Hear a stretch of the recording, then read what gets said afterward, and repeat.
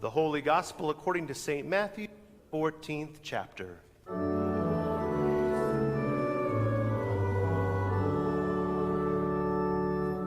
Immediately, Jesus made the disciples get into the boat and go before him to the other side. And while he was dismissing the crowds, and after he had dismissed the crowds, he went up on the mountain by himself to pray. When evening came, he was there alone, but the boat by this time was a long way from land, beaten by the waves, for the wind was against them. In the fourth watch of the night, he came to them, walking on the sea. But when the disciples saw Jesus walking on the sea, they were terrified and said, "It's a ghost!" And they cried out in fear. But immediately Jesus spoke to them, saying, "Take heart, it is I. Do not be afraid." Peter answered him, "Lord, if it's you, command me to come to you on the water." He said, "Come." So Peter got out of the boat and walked on the water and came to Jesus. But when he saw the wind, he was afraid and began to sink. And he cried out, "Lord, save me." Jesus immediately reached out his hand, took hold of him, saying to him, "You, O you of little faith, why did you doubt?" And when they got into the boat, the wind ceased, and those in the boat worshipped him, saying, "Truly you are the Son of God." Friends, this is the gospel of our Lord.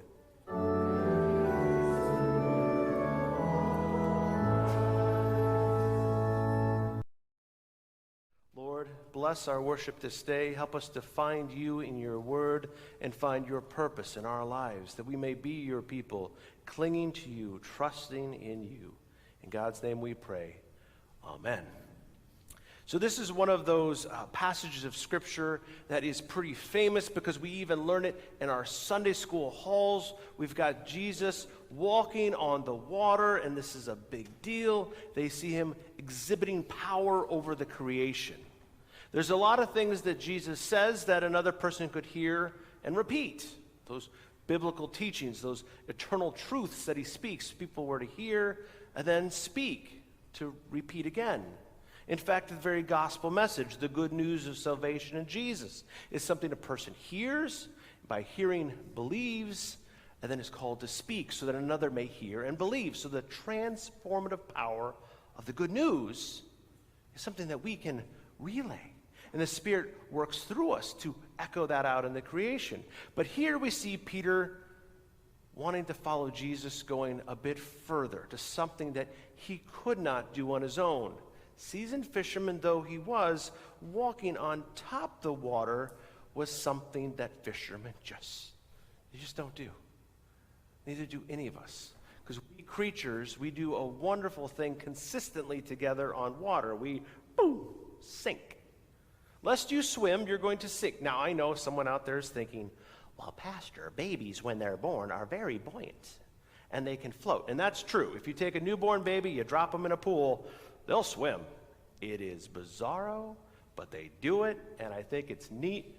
That said, they're not going to do that long. What we do is we sink once the muscles wear out. See, what the problem is with getting in water, you can, even a not so hot swimmer can tread for a bit.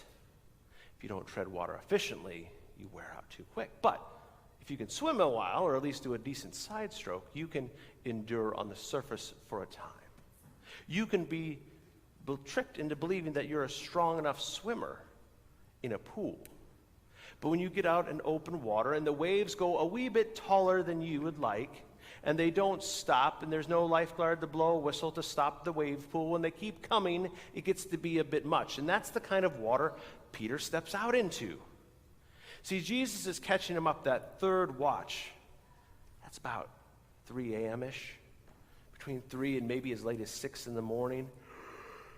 It's that time where you're beyond exhausted if you've been fighting the waves all night long. You and a team of brothers have been oaring, pushing all night and making painful headway. And now in your tired state, in your exhausted state, you see something that appears like your Lord, but he's walking across the water. You see him walking across the wind and the waves. And as the wind and the waves keep rocking your boat, he is steadily approaching, and they begin to fear. What is this? It is not natural. It's not part of this natural world. He should be sinking. No creature should be traversing across the top of such stormy waters. And yet, here this figure comes. So they fear, thinking it must be a ghost, an apparition. And in fear, they cry out, "Shh, be still." Jesus stills them. It is I. And there's this moment where Peter has this moment of clarity. If it's my Lord Jesus and he's out there, I want to go to be where Jesus is. I want to go to him, but I can't just get out of the boat. Lord, tell me to, and I'll go. Those Peter-like moments. It can look almost comical to us now, so many years later, but I assure you, we have those Peter-type moments still, where we're asking, Lord, I want to go, I want to be with you, I want to follow your will, just tell me to come and I'll be there. And that sounds good, just like when we make a promise, Lord, help me win this next lottery, and I'll give you half. Oh, thanks. You know, we start to say things, Lord, tell me to follow you and I'll go wherever you lead. It sounds easy because it's easy to say. And then he steps out of the boat. And just because Peter steps out of the boat, the waters don't stop. They don't still, do they? No, they keep washing and pushing, and the wind keeps creating that splash. The saltiness still on his lips, stinging his eyes when the wave comes too close, when the wind's too much. And as he's walking, his eyes on Jesus, and the text is clear, as long as he's blepo, as long as he's looking at Jesus, that's the kind of looking where you see the whites of the eye. As he's looking at Jesus, he's doing okay. Really a little bit above okay, right? Because here he is walking on water. Because Jesus said, come. It becomes possible. By Jesus' invitation, it becomes possible. And as long as Peter focuses on Jesus, it's going well. But when his eyes divert from looking at Christ, they cease to look at Jesus and they get distracted by the wind, or they get distracted by the waves when they look a little to the left or a little to the right. Not a lot, but it doesn't need a lot. Because naturally, we sink. We need Jesus to keep us focused. And when Peter looks away from him, he sees the winds and the waves, and that brings back his very human response to such things. Fear. Fear of death. Fear of being washed away. And in his fearing, his despairing, his less than believing, but his now doubting that's washing over him, he starts to sink into the water. Because doubting Jesus' word, doubting Jesus' invitation, disbelieving him always leads us to sinking down. You know, in our text from Paul today, we hear, by hearing we believe. Faith comes by hearing, and we need to say, yes, amen, Lord, to what we hear, the good news. Jesus says, come to me, those who are weak and heavy laden. Come to me, and I will feed you from my table. Come, and we say, amen, Lord. And in most days, it could be easy to say, amen, Lord, yes, I come. But on other days, well, that's why our Lord shares a text like this with us. When we, zealous like Peter, my goodness, this is Peter who jumps into harm's way again and again because of his love for Jesus. This is Peter who's bold and brass jumping out. This is Peter who's not afraid to let his words fly when he gets out of the boat, and yet he even sinks. What chance does Rod have? If I get out of the boat, how long could I possibly last before my resolve gives way, before my heart starts to flutter, before the conviction that was so sure now when it was easy becomes wavered when it's hard, when the wind and the waves and the worries of this world start to pull on this heart? Will it not sink? Lord, take my hand and lead me. Because there's always going to be wind and waves in this world. When God called Peter out, when God called Peter out of being a fisherman to follow him, it looked like an easier job transition, right? You're working hard on the nets, you're working hard in physical labor. Now you're just going to follow a teacher, a rabbi. This church stuff's easy. I think that's part of the perk of my job. He goes, I could do that. And you probably could a lot of the days. And you probably would enjoy it like I do a lot of the days. But some days, there's wind and waves, and you're like, I don't want to get out of the boat. I want to stay where it's safe, Lord. But he's always calling his church to follow him. Days ahead, there will still be wind and waves in your life. How does Peter respond? Well, in our text, he responds by sinking, but yet in his depth, when he is sinking, what does he do? Lord, save me. That's what we are still to do as church when we find ourselves sinking. We don't need to be ashamed of it and hide from it. We don't need to do that, because when we do that, we don't acknowledge it. We find a way away from God as if he doesn't know if we stay further away. No, we rather go to God and call out, Lord, save me. Lord, forgive me. Each week we begin service with, Lord, save me, in confession. And you hear, God has forgiven you. You are forgiven.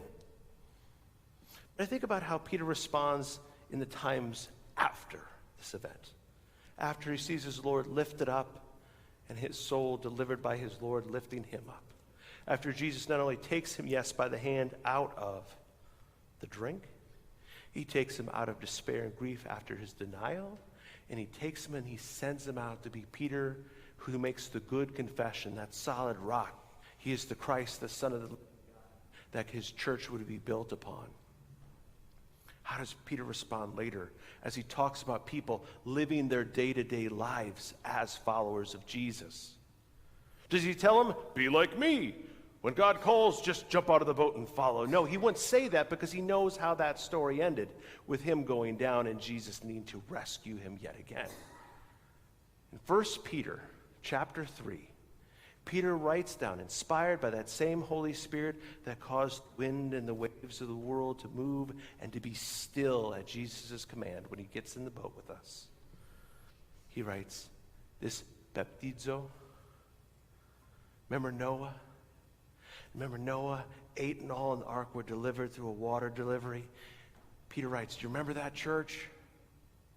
This baptism that Peter talks about in chapter 3, he links to the washing of the world. The corruption and brokenness of the world got washed away in the flood, yet he delivers his church. Peter talks, baptism saves you. It saves you from you having to do enough, you having to decide enough, you having to choose Jesus enough. And how fitting for a person like Peter, who says, I will go, Lord, I will go. Surely not, Lord, this will never happen apart from me. He speaks so quickly, his will so still until it's not. How good it is that he is inspired to write. Baptism is what God says, I save you. I pull you up out of the water. Now, we don't baptize often in rivers and lakes and streams. We could, but even there it wouldn't be so perilous as the day when Peter was in that water. But is it not in another way more so? Because when Jesus pulled Peter out of the water that day, when the wind and waves were pounding him down, he just saved him but death once that day. In our being baptized into Jesus, he reaches down and he saves us. He washes us and cleans us, not just for one day, but for an eternity to be his redeemed. So we can say, yes, Lord, be my leader. Call me to follow you and I will come. But take my hand. Take my hand and lead me. Remind me that I am saved by grace, the grace you poured over me at the font when you have made me your child. Friends, would you pray with me? Lord God, the wind of the waves of the world so often still distract us. And yet you call us to be your church, to be your people, to follow where you have called us to go. Help us to stay strong in the faith, watching you as we go each day. Bless us now in our baptismal remembrance, knowing you have chosen us, redeemed us, and snatched us up out of trouble. In the name of our God we pray.